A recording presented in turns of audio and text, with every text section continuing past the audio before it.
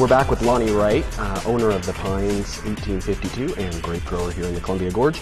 And after you leased the farm for, you had it on a 20-year lease, then you actually were able to purchase it. And that Right. was in 2002. Correct.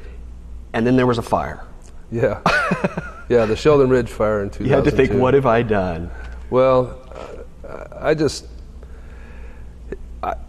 I never wondered about what I'd done. I was very happy to have been able to buy the farm. Now it was a matter of keeping it. Yeah. Uh-huh. And we had the Sheldon Ridge fire. It came over the ridge and into the Mill Creek Valley. The sheriff's deputies came up and started evacuating the valley, and they actually turned the city water off. The reservoir for the city's drinking water is up the Mill Creek Valley, and they shut those lines off. So all the houses that are along Mill Creek didn't have any water, and so they had no way to fight the fire. And then there were fire trucks that came up, and we probably were down the list on them taking care of my place, because I've got shake roofs on these old buildings, and there's a bridge across the creek, and it's one way in, one way out, and the firemen didn't care So they had for to that. there were some criteria that Exactly. had to be met in order for them to even come and fight the fire. Exactly. Okay. So anyway, a friend and I put together basically our own fire truck. We used a 500-gallon water.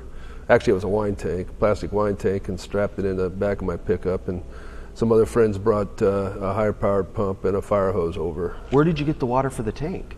Well, the farms out there are plugged into a well. There's an aquifer underneath. Okay. So there's about 4 farms out there that you can that access a well. So in a sense, you lucked out on that. Yeah. Well, I couldn't have bought the farm and been doing it without the well. So Yeah. I had the well, but anyway, we started going up and down the road, helping hose down roofs and places where there were houses that were at risk. We got the opportunity to help them out, and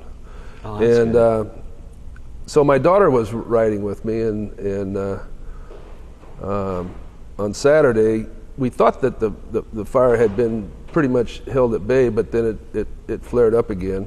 And we went up in the vineyard, and the fire trucks are not going to, when there's all those houses down there, they're not going to go defend the vineyard. Right. And my daughter asked me, Dad, what would you defend, the vineyard or the farm? And I said, well, what do you think? And she said, I think you better defend the vineyard. We can rebuild the farm.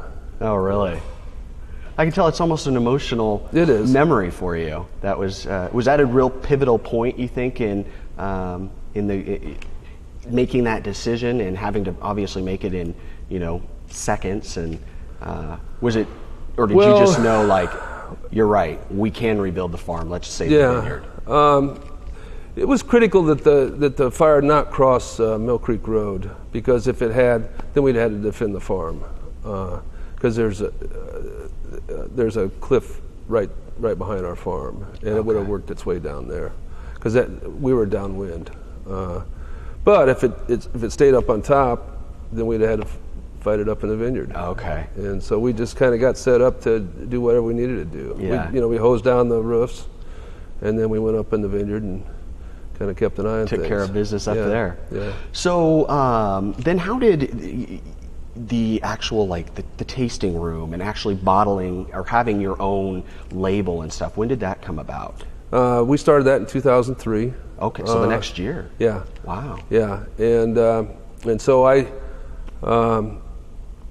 asked Peter Rossback if he would make some wine for me, and which he did, and then we developed our label, and we started selling it. And I'd go farming, and I'd put a couple of cases in the back behind the seat of the pickup, and see if I could place it in a restaurant or a wine shop. And that started working pretty well. And then my daughter, who was just about to graduate from Linfield, said she'd like to come back and work with me to help build our label and build a winery. And so it was her urging to do a tasting room, and we had an opportunity to move into a block off a city center in Hood River. Great location, yeah. Been in there quite a few times. Oh, yeah. Thanks. Yeah. And so we did that.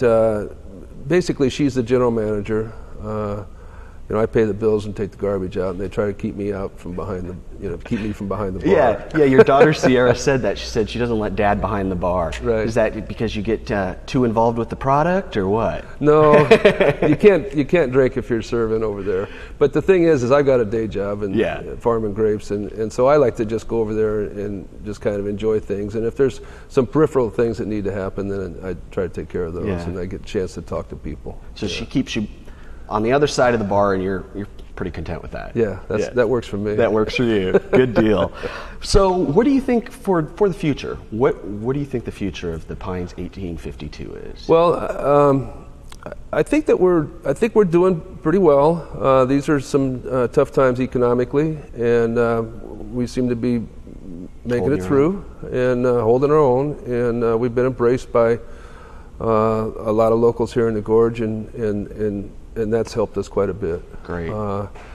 So ultimately, I think that we'll have a winemaking facility on the farm, and we'll move forward with it. I think my daughter, is learning she does well with the tasting room. It's kind of learning the rest of the economic ropes, and I can see turning that over to her and quitting my day job and just being down at the tasting room a lot. on the right side of the bar, being able to sip that stuff. Right. Well, good deal. Well, Lonnie, thanks again for coming on. Thank really you so a pleasure much. Getting to learn a bit about you guys and what you do, and seem like just an all-around nice guy, by the way. Well, thanks, John. So, all right, you guys, thanks again for watching, and we'll see you next time right here on Localite. John Compton here saying thanks again for watching. And remember, if you've got a guest idea, let us know. Just visit localite.com.